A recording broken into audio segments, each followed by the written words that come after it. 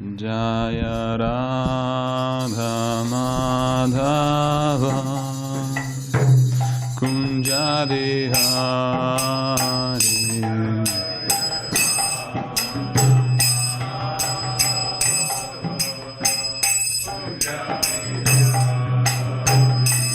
Jaya Radha Madhava Kunja Bihari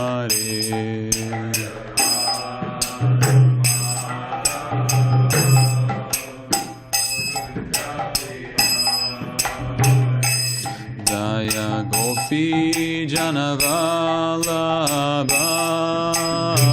Girivaradhari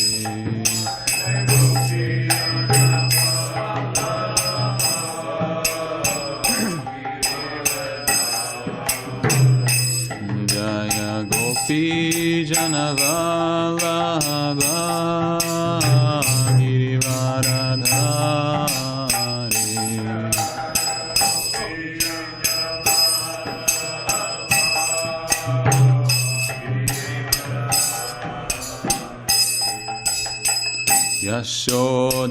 Yashodanandana Vrajajana Ranjana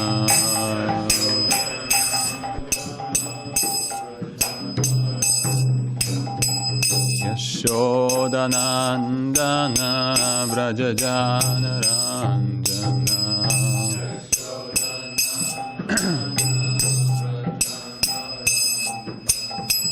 Yamuna Tira Vanachari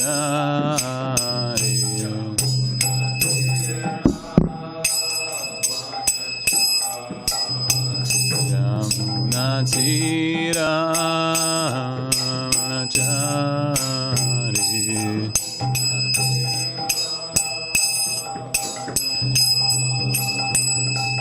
Jaya Radha Madhava Kunja Bihari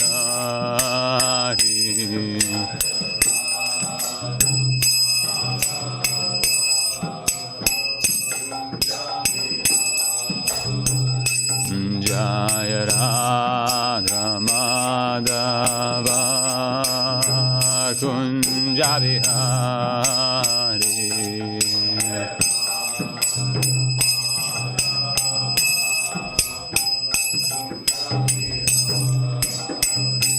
Jaya Gopi Janavalabha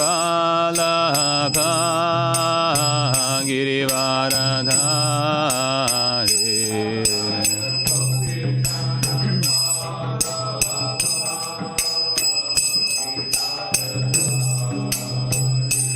Jaya Gopi Janavalabha Girivaradhari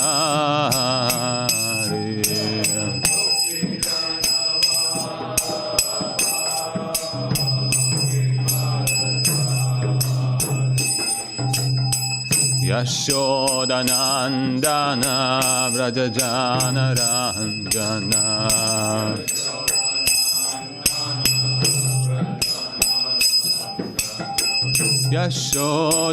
Yashodanandana Vrajajana Ranjana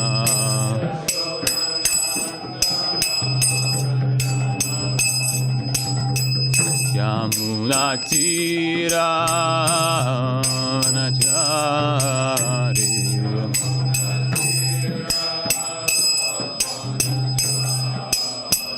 Yamuna Tira Vanachari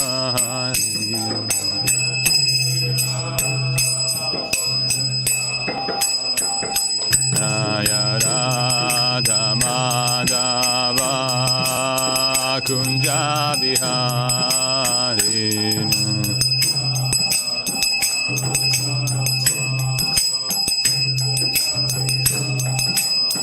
Jaya Radha Madhava Kunja Bihari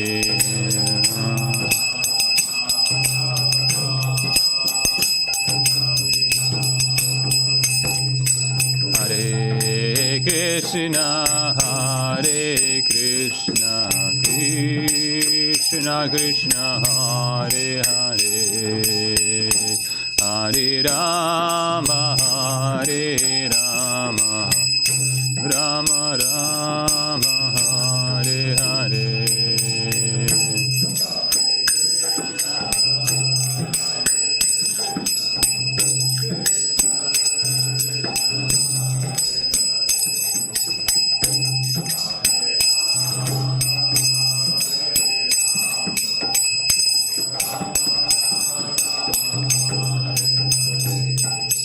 Hare Krishna, Hare Krishna, Krishna Krishna, Hare Hare, Hare Rama, Hare Rama, Rama Rama, Hare Hare.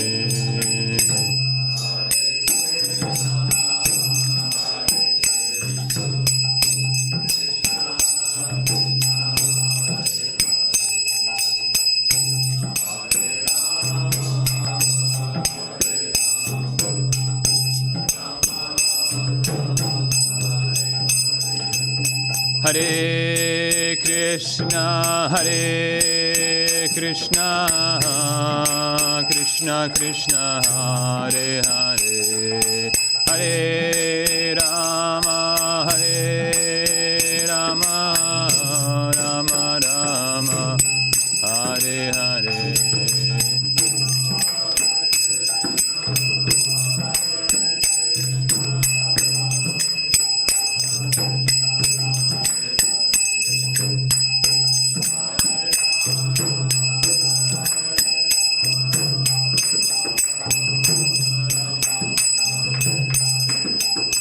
Hare Krishna, Hare Krishna, Krishna Krishna, Hare Hare, Hare Rama, Hare Rama, Rama Rama, Hare Hare.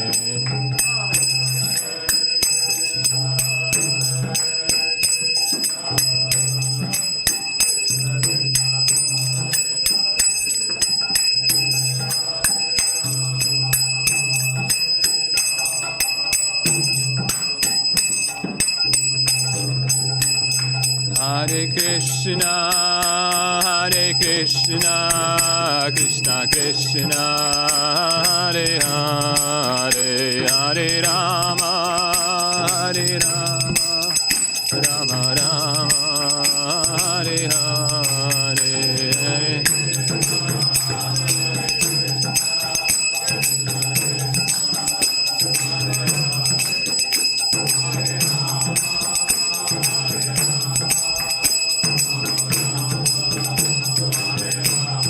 Hare Krishna, Hare Krishna, Krishna Krishna, Hare Hare, Hare Rama, Hare Rama, Rama Rama, Hare Hare.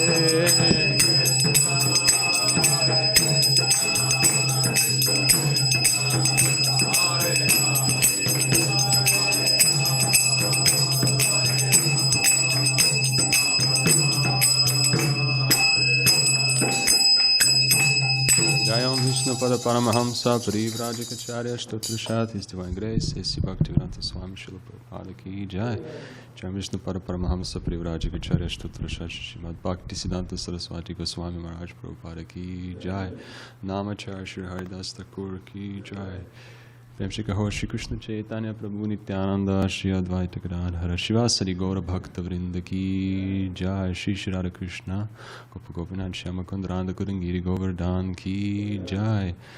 Shri Mayapur Dham Ki Jai. Shri Vrindavan Dham Ki Jai. Jagannath Puri Dham Ki Jai. Ganga Maya Ki Jai. Yamuna Maya Ki Jai. Tulsi Devi Ki Jai. Bhakti Devi Ki Jai. Shri Harinam Sankirtan Yogya Ki Jai. Transcendental Book Distribution Ki Jai. Shri Shri Radha Giridhari Ki Jai. All glories to the assembled devotees, Hare Krishna. All glories to the assembled devotees, Hare Krishna. All glories to the assembled devotees, Hare Krishna. All glories to Shri Shri Guru and Gauranga. All glories to Srila Prabhupada. Namo Bhagavate Vasudevaya.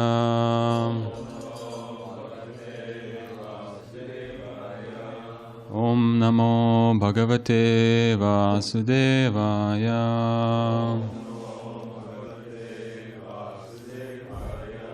Om Namo Bhagavate Vasudevaya.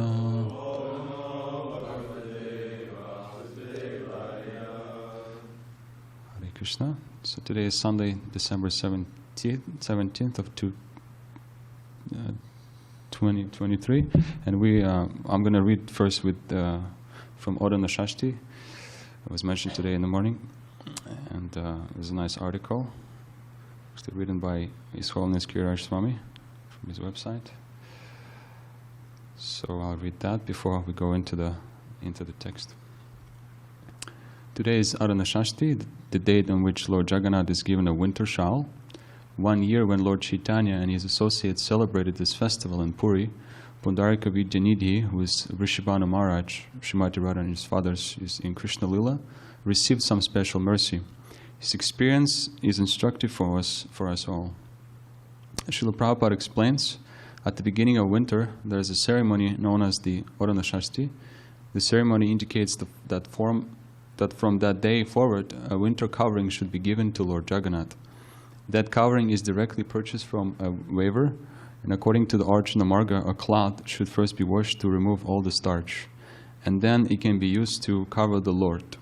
And Pundarika Vidyanidhi saw that the priest neglected to wash the cloth before covering Lord Jagannath. Since he wanted to find some fault in the devotees, he became indignant. That's from Charitamrita Madhya Lila 1678. And then Sri Chaitanya Charitamrita Madhya 1678 through 81 describes that event. Pundarika Vidyanidhi initiated Gadadhara Pandit for the second time, and on the day of Odana-sasthi, Pundarika Vidyanidhi saw the festival. When Pundarika Vidyanidhi saw that Lord Jagannath was given a starch garment, he became a little hateful. In his way, his mind was polluted. And that night, the brothers Lord Jagannath and Balaram came to Pundarika Vidyanidhi and, smiling, began to slap him. Although his cheeks were swollen from the slapping, Pundarika Vidyanidhi was very happy within. This incident has been elaborately described by Thakur Vrindavan Das. From the incident, we can learn that the Lord does not tolerate offenses against his servants, even from an advanced devotee. And then he chastises a devotee who commits such an offense even within the mind. We can also learn that a pure devotee accepts such chastisement from the Lord with great happiness, as a manifestation of the Lord's mercy, of his love and care for his devotees, both for those who may commit such an offense and for those who may be objects of such an offense. He thanks the Lord for rectifying him and preventing him from committing further offenses, and he feels great jubilation within his heart. Hare Krishna. Okay, and now we'll read the text. Evam Aishvarya Matasya Driptasho śāstra Vartina Kalo Mahan Yatitya Brahma Shapam Upeshaha Evam Ashvarya Matasya Driptasa śāstra Vartina Kalamahan Vetityaya Brahma Shapam Upeshaha Evam Ashvarya Matasya Driptaso śāstra Vartina Kalamahan Vetityaya Brahma Shapam Upeshaha Evam Aishvarya Matasya Driptaso śāstra Vartina Kalamahan Vetityaya Brahma Shapam Upeshaha. Please chant.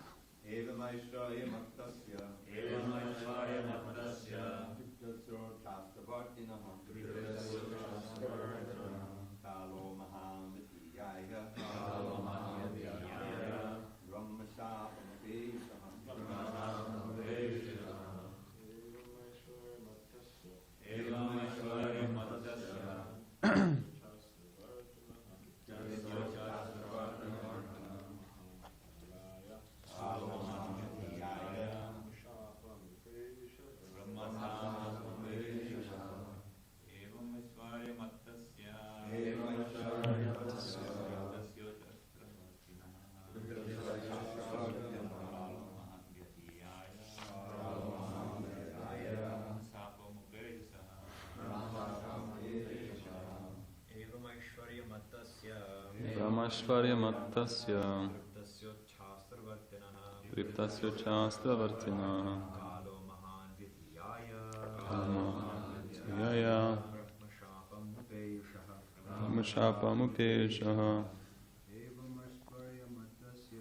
Evamashvaryamattasya Triptasya śāstravartinaha Kalamahantyaya Mashapamupeshaha. Anyone else? Okay. Evam, do, thus. Aishvarya-matasya, of one who was intoxicated by opulences. Driptasya, greatly proud. Utshastravartina, transgressing the regulative principles mentioned in the śāstras. Kalaha, duration of time. Mahan, a great. Yatiyaya, past. Brahmashapam, occurs by exalted brahmanas. Upeshaha, having obtained. Now the translation and commentaries by His Divine Grace A.C. Bhaktivedanta Swami Prabhupada. Translation. Hiranyakashipu thus passed a long time, being very much proud of his opulences and I'm sorry? I don't see that. Let me read that. Okay. Having been subjected to a curse by the four Kumaras who were great Brahmins, now read. Hiranyakashipu thus passed a long time, being very much proud of his opulences and transgressing the laws and regulations mentioned in the authoritative śāstras. He was therefore subjected to a curse by the four Kumaras, who were great Brahmanas. It's a little different. Okay, commentaries. There have been many instances in which demons, after achieving material opulences, have become extremely proud, so much so that they have transgressed the laws and regulations given in the authoritative śāstras. Hiranyakashipu acted in this way. As stated in the Bhagavad Gita 16:23, Ya śāstra vidya mutsridya vartate kamakarata nasa siddhim avapnoti nasukam na param gatim. He who discards scriptural injunctions and acts according to his own whims attains neither perfection nor happiness nor the supreme destination. The word śāstra refers to that which controls our activities. We cannot violate or transgress the laws and regulative principles mentioned in the śāstras. Bhagavad Gita repeatedly confirms this. Tasmat shastram pramanam te karya karya vyavastito kyatva shastra vidanoktam karma karta meharasi. One should understand what is duty and what is not duty by the regulations of the scriptures. Knowing such rules and regulations, one should act so that he may gradually be elevated. Bhagavad Gita 16:24. One should act according to the direction of the śāstra. But the material energy is so powerful that as soon as one becomes materially opulent, he begins to transgress the śāstric laws. As soon as one transgresses the laws of śāstra, he immediately enters upon the path of destruction. Om Jnana Timirandasya Gyananjana Shalakaya Chakshur Unmilitam Yena Tasmai Shri Gurave Namaha Shri Chaitanya Manobhistam Stapitam Yena Bhutale Swayam Rupa Gadamahyam Dadati Swapadantikam Bandeham Shri Guru Shri Udapadakamalam Shri Gurum Vaishnavamscha Shri Rupam Sagrajatam Sahagana Raganatanvitam Tam Sajivam Sadvaitam Savadutam Parijana Sahitam Krishna Chaitanya Devam Shri Radha Krishna Padam Sahagana Lalita Shri Vishakhanvitamscha E Krishna Karuna Sindhu Dinabandhu Jagatpate Gopesha Gopika Kanta Radha Kanta Namostate Tapta Kanchana Gaurangi Radhe Vrindavaneshwari Vrishabhanu Sutadevi Pranamami Hari Priye Vancha Kaupatruvishcha Kripa Sindhubhevacha Vatitanam Pavanebhyo Vaishnavebhyo Namo Namaha Shri Krishna Chaitanya Prabhu Nityananda Shri Advaita Gadadhara Shivasari Gaura Bhakta Vrinda. Hare Krishna, Krishna Krishna, Hare Hare, Hare Rama, Rama Rama, Hare Hare. Jai. Thank you so much for this opportunity to speak on Srimad Bhagavatam. So now we're reading the fourth canto, the seventh canto, Science of God, chapter number 4. And in this particular text, number 20, we see that, and in this chapter generally speaking, that Hiranyakashipu, he conquered all the planets within the 3 worlds, the lower planets, middle planets, upper planets, and now he possesses all the opulences that one can think of residing in the heavenly planets.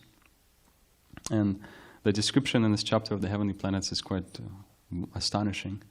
It says that the residence of this planet, of the King Indra's planet, was made of coral, and the floor was bedecked with invaluable emeralds. The walls were of crystal, and the columns of Vaidurya stone, which changes color. And it also is present in Vaikuntha planets. Then the wonderful canopies were beautifully decorated. The seats were bedecked with rubies. It's another gemstone. And the silk bedding, as white as foam, was decorated with pearls. And the ladies of the palace, they were blessed with beautiful teeth and most wonderfully beautiful faces. And so this is where we see Hiranyakashipu residing. And even though he has all those opulences, we learn that he's actually not satisfied by it at all. And that's the nature of a rich man. He has all these things, but he becomes so bored, and he becomes lonely. He's very lonely. He feels very lonely. And he's anxious. He's deluded by this opulence and wealth that he has. And so Hiranyakashipu is sitting in that palace, but what he's doing is just drinking wine and liquors. He's demanding respect, demanding worship, and he's keeping everyone in fear, in anxiety. He's exploiting all living entities. In other words, he becomes a source of suffering for all living entities. And he had all the abundance, all the riches and beauty, all different women and different palaces and places where he could enjoy this. It's described that there were valleys between the mountains, and they became a field for his pleasure. He even had the Kamaduga, which is a wish-fulfilling cow that resides in heavenly planets. But still, he wasn't satisfied. And it says here that after achieving material opulences, you become proud, and then you become ignorant to the śāstric knowledge. And Srila Prabhupada mentions in the text of the Bhagavad Gita and the commentaries, Yashastra vidyam utsrija vartati kamakarata nasasiddhim avapnati nasukam naparam gatim. Says that he who discards scriptural injunctions and acts according to his own whims attains neither perfection, nor happiness, nor the supreme destination. So this is a very simple point in this chapter of the Bhagavad Gita. It says that if you follow the scriptures, and the śāstra means that śāstra means weapon or something that regulates our life. And so if you follow the scriptures, then you have a chance for attaining liberation. But if you don't, unfortunately, you're subjected to experience kama, and then krodha, lobha, and eventually you go to hell. And if you don't follow the scriptures, you also lose control of your senses. And that's a complete degradation of the soul. And actually, yesterday in La Jolla Coffee, I met one person we were speaking on this matter of śāstric knowledge. His name is Dimitri, and he's from Ukraine, and he was, sorry? Yeah, it used to be my name. So he was pretty much arguing against accepting śāstras. At the beginning, when he came over to me, he was familiar with the philosophy of Bhagavad Gita, and he visited the temple a couple of times. So he asked me this question. He asked me, how do I become inspired to read Srila Prabhupada's books and chant and follow what Srila Prabhupada wants us to follow? And I explained to him that the best thing is if we just come in association with someone who's already following, who can, by his example, inspire us or give instructions. And then further we discussed different philosophy points of Bhagavad Gita. And he asked me another question. He said that I have a hard time restraining from sex. That's another point that he was bringing up. And he was asking me, why do we need to do this? What's the use of this? And I try to explain to him that actually this energy could be utilized for a higher goal, and it could make us more strong in intelligence and memory, so we can really understand śāstra. But he was still denying the fact that we need to follow some injunctions. And I gave him an example of a lawyer who, when somebody is confronting a lawyer, he needs to provide a reference to a law, a book of law. So similarly, if we want to prove a point, we also need to use śāstra in that regard. And that's used as a weapon sometimes, if people are not understanding. So, and besides, I was trying to tell him that Krishna says in the Bhagavad Gita, "Kamasmi," I'm the sex life. So if it's regulated, then you don't have to entirely give it up. In the household or ashram, the sense enjoyment is accepted to a regulative degree. And he still wasn't satisfied, like Hiranyakashipu. And he said that maybe there's someone else who can answer my questions. And he wants to come to the temple and attend classes. So maybe we'll see him next week in the Bhagavad Gita class. And another point here, Srila Prabhupada says that, but even if he follows the rules and regulations and moral principles, and ultimately does not come to the stage of understanding the Supreme Lord, then all his knowledge becomes spoiled. And in first canto, second chapter of the Srimad Bhagavatam, then Sutta Goswami, he is speaking to the sages of Naimisharanya, and he raises a question of the satisfaction of the self. And the text goes, it's 1-2-8. Dharma svanustita pumsam vishvaksina katasoya natpadayat yadiratim shama eva hi kevalam. And that the occupational activities a man performs according to his own position are only so much useless labor if they do not provoke attraction for the message of the personality of Godhead. So in a commentary, Srila Prabhupada explains that we are the soul. We have our coverings, our physical coverings with this body, and also our subtle covering of the mind, senses, and intelligence. And the comparison is given us to a bird sitting in a cage. So if we only take care of the body and even of the mind in a material way, and not doing anything for the soul, do not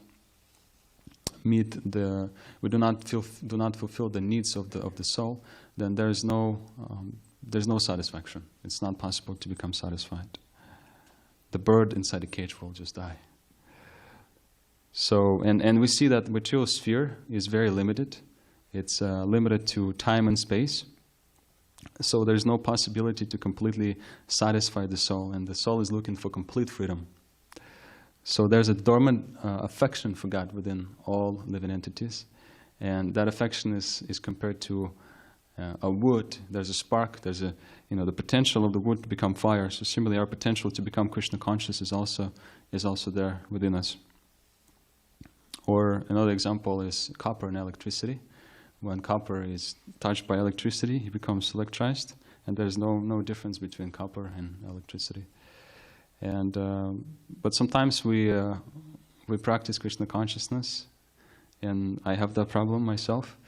But we perform different activities. We chant, we hear Srimad Bhagavatam, or we sing, or do any other offer puja or any other activities. But it feels mechanical. It feels like we're just going over these procedures. And I was lately thinking about why is it so, and how can I fix that? How can I really do it out of love and out of devotion? And so I was listening to a seminar by Shachinanda Maharaj, His Holiness Shachinanda Maharaj, and he was speaking about the living holy name. And he was mentioning the fact that when we go through this mechanical processes, it's the best thing for us is, of course it's a very high degree, but the best thing for us is if we really do it out of love. It's, I mean, it's very simple understanding, but doing out of love, that stage is very difficult to achieve in such, we're very conditioned. And the example is of Mother Teresa, a very famous Catholic nun. There was a nice story related to it. She actually founded a religious institute. It's called Missionaries of Charity. And they wear white saris with a blue border. You can look it up, you'll see them. And so one time, actually what they do is they do selfless service to help people in very poor conditions, or help people who are diseased by, leprosy or AIDS, HIV. And so what they do is they send different nuns to the home of a person who is struggling with this disease, and they clean his or her wounds, or they put him to bed. They try to comfort them in many ways and pray for them, and so pretty much they're following the instructions or what Jesus Christ was doing in his times. He was also taking care of the poor. And so one time there was an upper class woman in London, and she wanted to see what these nuns are doing, and so she wanted to participate in that service. And so she went on a stroll with them. They're doing a couple of different rounds and seeing different places. And she spent the whole day with these nuns. And when they came back, she asked them, "Do you do this every day?" And the nuns, they said, "Yes, we do this every day. That's our main service." And she said, I could never do this even if you pay me $20 million a day. And the most surprising answer came from the nuns. They said that we also could not do it if you paid us $20 million. We can only do it out of love, out of actually feeling that compassion for the poor and people in need. It's also compared to our mother when we're a baby, when we're a child, our mother is also taking care of us selflessly. And there's many examples that when a child is in need or is in fear, in trouble, a mother would risk everything just to save the child. So chanting out of love is a very high level, but that's actually the goal. And at this point, of course, maybe we don't have so much love, but we can use different techniques that are described by our acharyas. For instance, we can chant in the mood of surrender, sharanagati. We can really create favorable circumstances for chanting and reject things that are unfavorable. And also try to prepare ourselves before we start chanting by using different mantras, for example, chanting śāstra prayers. This could be helpful. And then another useful thing would be, Srila Prabhupada often says that when we listen to his chanting, he says about the posture, sit properly. So we should also sit properly. And we should also try to hear sincerely ourselves chanting. One time Srila Prabhupada was asked about how we can better our chant more effectively, and he said that we should try to listen to ourselves chanting sincerely. So clear pronunciation is very important. And so those are different things that can help us in japa. And the symptom of healthy japa is that when I stop chanting, I actually I don't want to stop, I want to continue.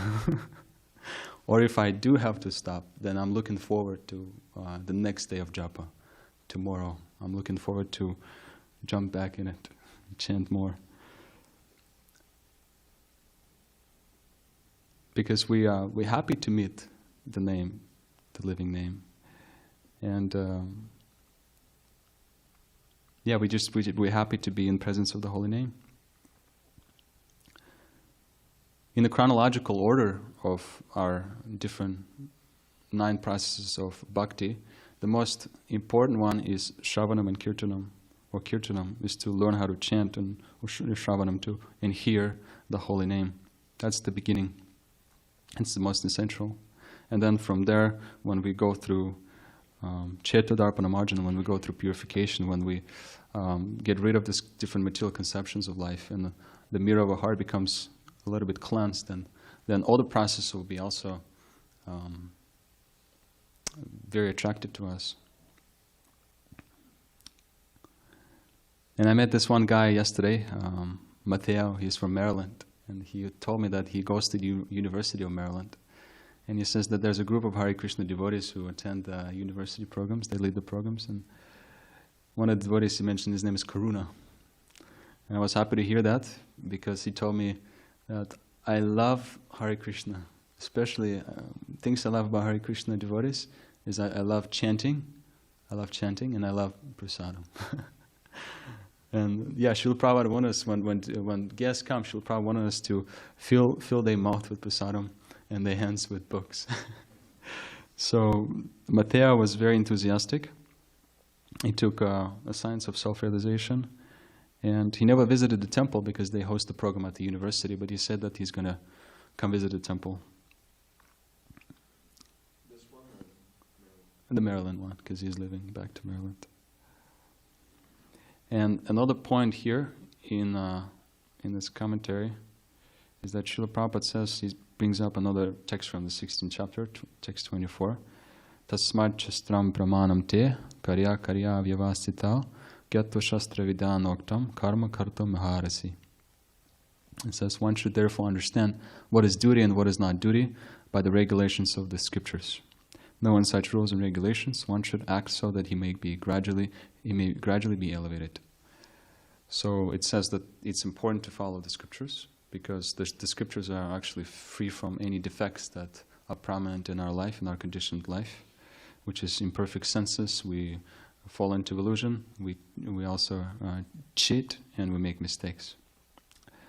We have a propensity to cheat, and we make mistakes. And whenever there's śāstra, there's always an acharya to follow. So following them is one of the 6 principles that are favorable to execution of pure devotional services mentioned by Rupa Goswami, which is, enthusiasm, determination, patience, and then acting according to the regulative principles of Shravanam, Kirtanam, Vishnu, and also abandoning worldly association of worldly people, and following the examples of the acharyas. And the way to really establish faith in the Shastra is we need to be situated in goodness. Just like in the first canto of Srimad Bhagavatam, there's an example of we have the wood, and when the wood is turned into smoke, it becomes more subtle, and then the smoke turns into fire, and that is even more subtle. And we can use fire to derive many benefits from it. For instance, we can offer sacrifices with the fire. And similarly, we see that Rajas is better than Tamaguna, but Sattva is better than Rajaguna. So we should try to be situated in the mode of goodness. And it's possible to do so if we accept a bona fide spiritual master and follow the instructions of a spiritual master, because a spiritual master can uplift any sincere disciple from any modes of nature, be that ignorance, passion, or goodness. And another thing, I was meditating on this yesterday's purport. Balaram also took note of that commentary. Srila Prabhupada said, as far as material sense gratification is concerned, materialists may go on increasing their enjoyment as far as they can imagine. But because people in such a material condition, as servants of the senses, they cannot be satisfied. And Srila Prabhupada says that people are suffering because they don't have Krishna consciousness. So we should, our preaching is our most important business, and as representatives of Krishna, we should enlighten people, educate people in the subject matter of Srimad Bhagavad Gita and Srimad Bhagavatam. It's very important. And I remember, I think it was Dharmasetta Prabhu, he was saying that devotees stay in the temples and they actually live more comfortably than majority of the people on this planet. And we were in Hawaii with His Holiness Badrinath Swami Maharaj and also Govardhan Prabhu. And I actually, I was in the Srila Prabhupada's room, and His Grace Vaikuntha Prabhu, he told me that when Srila Prabhupada, before he went to Russia, when he was invited to come to Russia to speak with Katovsky, this professor of Hinduism, devotees, they wanted him to come to Hawaii because there's a mango seasons and there's so many varieties of different mangoes in Hawaii. And so Srila Prabhupada said that actually preaching in the snows of Russia is much, much sweeter than any mango. And it's a very nice room, Srila Prabhupada there in Hawaii. They had a great privilege of chanting japa there. You really feel the presence of Srila Prabhupada. He finished the 5th canto and also this 7th canto in Hawaii. And in 1976 he finished the 7th canto. It was in the temple of Navadvip, Honolulu. And Govardhan Prabhu was mentioning that people from inland states, they go to Hawaii to get away from, whatever they're experiencing, whatever suffering or anxiety they're experiencing in the inland in different states. They go to Hawaii to escape. And people in Hawaii, they're trying to go to the states of California or any other states. And we see it like that, in the airplane. So, and also in the world, people migrating from one country to another country. They're trying to find a better life. A lot of immigrants from, Eastern European countries come to America. But they always come to dissatisfaction. But that person, Dimitri, from yesterday, he was telling me that I came to America and now I have no time for anything. I just work so much. It's crazy. And I said, maybe you can get up a little earlier so you can have some time for spiritual life. And he said, I can't do that. I'm so tired. I just, I have to sleep and I can't get up. So much work people are doing. But the result that they get, it's not satisfying at all. And I remember when we landed in California, I said, well, now we're back to the cold San Diego because Hawaii is so warm, and we were kind of landing at night. And Maharaj said that at least it's not Michigan.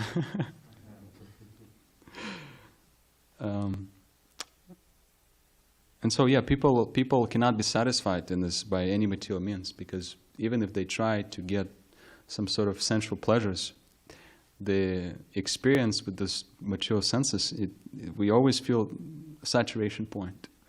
If we, I remember when I was a child, I used to like eating watermelon, and I would eat so much watermelon that my stomach would start hurting, but I continue eating it because it's so tasty.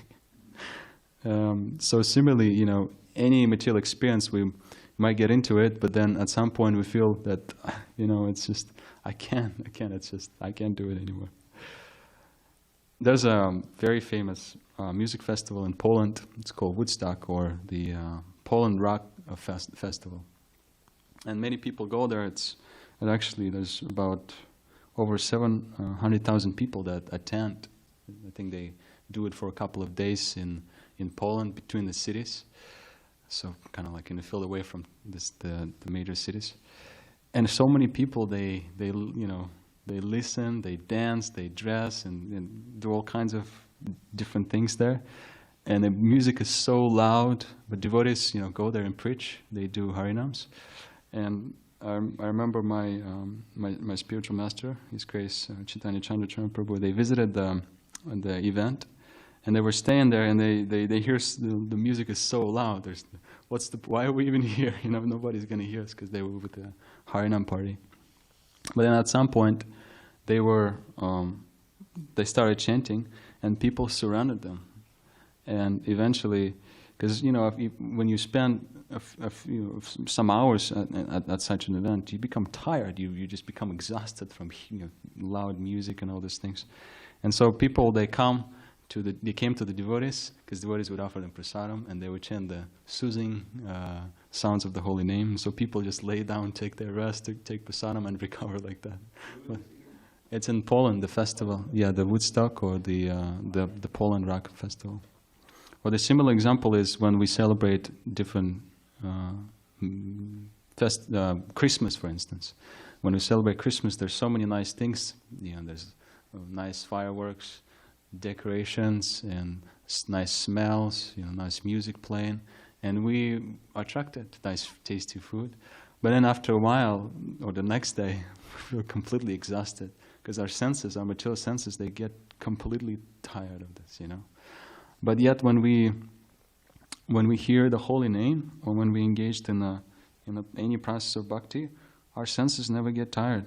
They actually just become purified, and we feel happy, and we feel transcendental happiness that is completely incomparable to anything else.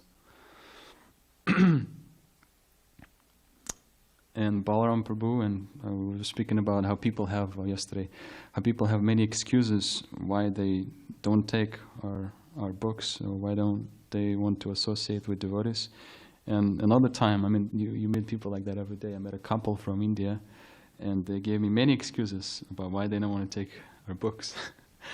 And first excuse was that we can't take it. Our parents have these books. Our parents have Bhagavad Gita. And then another excuse was that we have to be barefoot. We have to respect these teachings. We have to take off our shoes.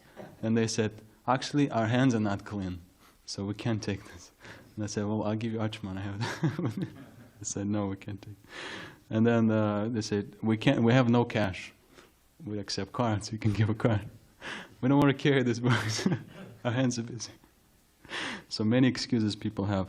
So did they eventually take a book? It was two couples, young couples from India, and the guy, he kind of felt a little bad, so he didn't take a book, but he pulled out his phone and scanned the QR on my table and said, "Here, I gave you a donation. Is that okay?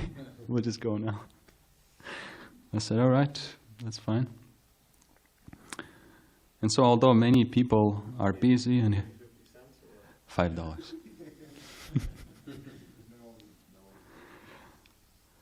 And although many people are busy and have many excuses, yet going out on book distribution is still worth it, because there's people, Srila Prabhupada said there's Brahmins on every corner, and it's true, people are looking.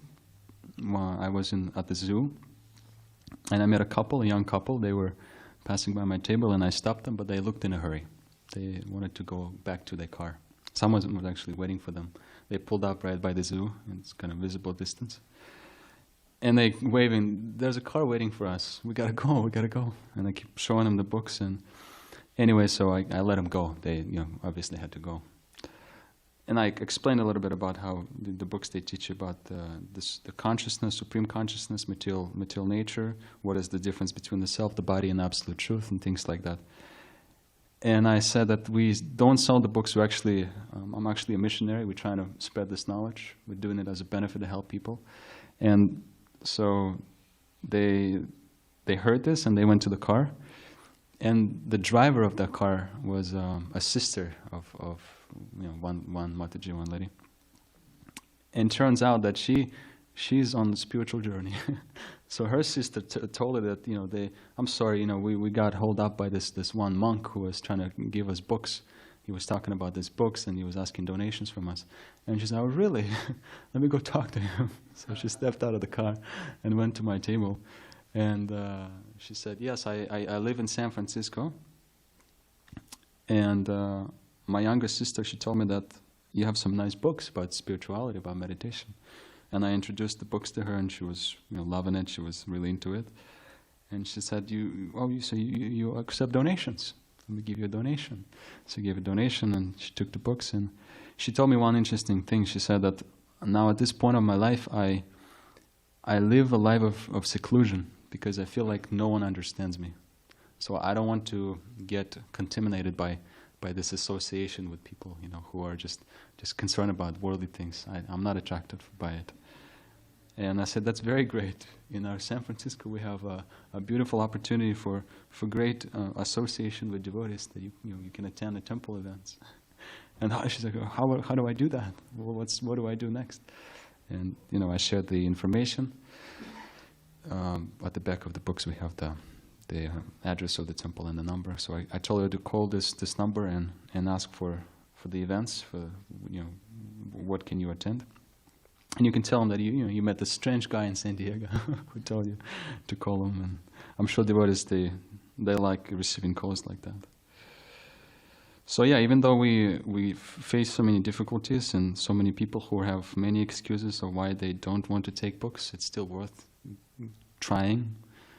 Even we just think about book distribution, not just go out, but even just think about book distribution, it's very auspicious, especially at this time of December marathon. So we can support the devotees. We can also, make sure that they have devotees who go out prasadam, and we ourselves can try to go out and distribute Srila Prabhupada's books. It's a very auspicious activity and the most important activity in our movement. So let's all go out today. Today is Sunday, and distribute many Srila Prabhupada's books. Hare Krishna. Thank you for your kind intention. And if there's any questions or comments, please.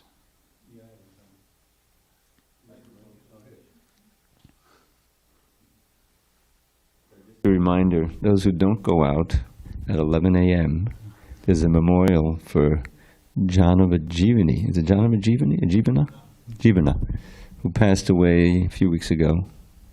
And so I'm sure there'll be a lot of her friends and everyone here, so there'll be something. But we should try to attend if we can.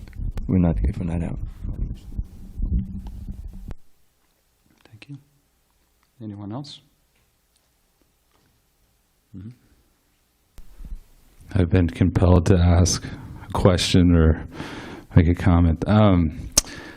So what have you found works the best as far as getting in the mood or the mode of love when you're chanting japa, the holy names? Have you found something that has really worked for you since you've been thinking about these things and maybe trying some of them? Mm-hmm.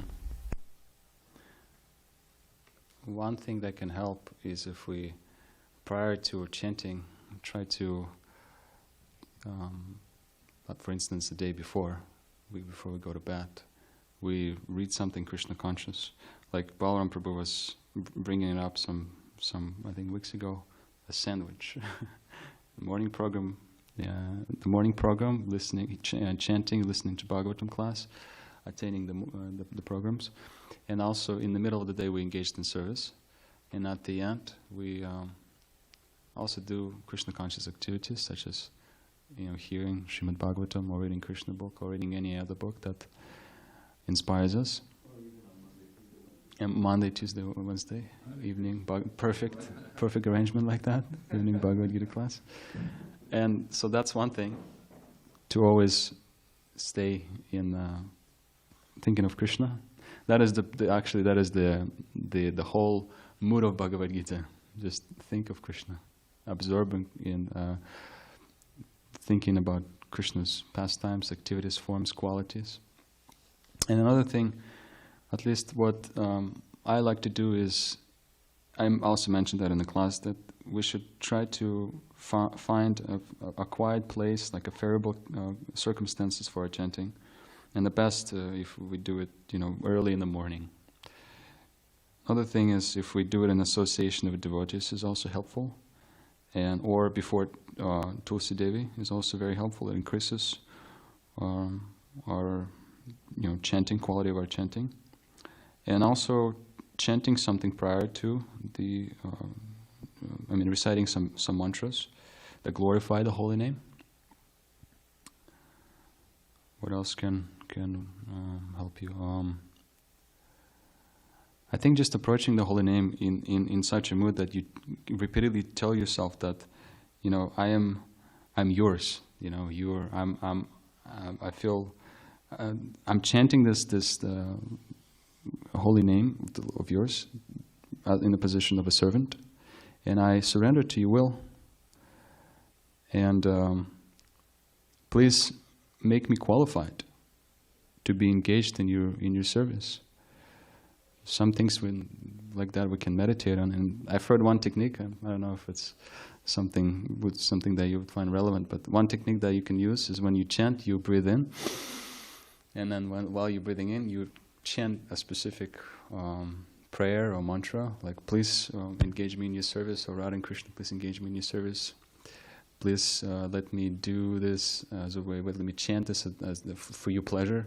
And then on the way out, you chant Hare Krishna, Hare Krishna, Krishna Krishna, Hare Ram, Ram Ram, Ram Hare Krishna. And like this. Because when you breathe in, you don't chant, you don't hear. So you can kind of think about something that is pleasing to Krishna, or say something that is pleasing to Krishna. So that's one thing that I've been also doing. Hare Krishna. Yeah. I have a luscious slideshow of Radha Giridhari's. I took these pictures I got on the altar. This is back in 2000. And some of them are like close-ups of the deities, you know. And actually I was thinking the other day, like a picture like that. Here you go, Joseph. You see that? If you see that picture, you can say, well, how can you not love them? Because they're, look at that. Come on, Joseph. Tell me that's exquisite. Yeah. Yeah. Now, of course, you'll probably be on your little phone, but this is one option. So while you're chanting, you know, I mean, we used to have, you know, and then if possible, but now it's, you know, you can't, but to chant in front of the deities. To chant in front of the deities. Rajendranandan would always do that. You know, after the class is over, you say, leave the gates open, you know, and he'd be sitting here for some time, you know, chanting, probably extra rounds. And so that's also very potent. So, various techniques. And then there's a whole universe of shlokas that I can turn on that help. There's prayers to become more attracted to the holy name. Agadamana Yashoda Nandano Nandasunu Kamalana Hina Gopi Chandra Vrindavanendra Panata Karuna Krishna Vityaneka Sarupe Tvaimamanata Duchaya Bhardatam Namadeya. These are sample names. Oh, Agadamana, killer of the Agasura Diva, the beloved son of Yashoda, Kamalana, you of the lotus eyes, and then you who are most merciful to those who surrender to you, Pranata Karuna, and of course Krishna. Please increase my attraction for you more and more. So you may not be able to chant the Sanskrit, but you can read the English. You know, learn that, and then that'll be part of your one of the prayers you say on when you inhale. There's a lot of techniques. It's really helpful. And Gordon also shared with me some time ago. He said that just concentrating on this, concentrating on the mantra, no, concentrating on holding the bead in your hand, just really, you know, giving attention to the beads that you have. Gordon has very big beads, so he's holding them, and that's another thing that could be helpful. Anyone else? Okay, Granthara Srimad Bhagavatam ki jai.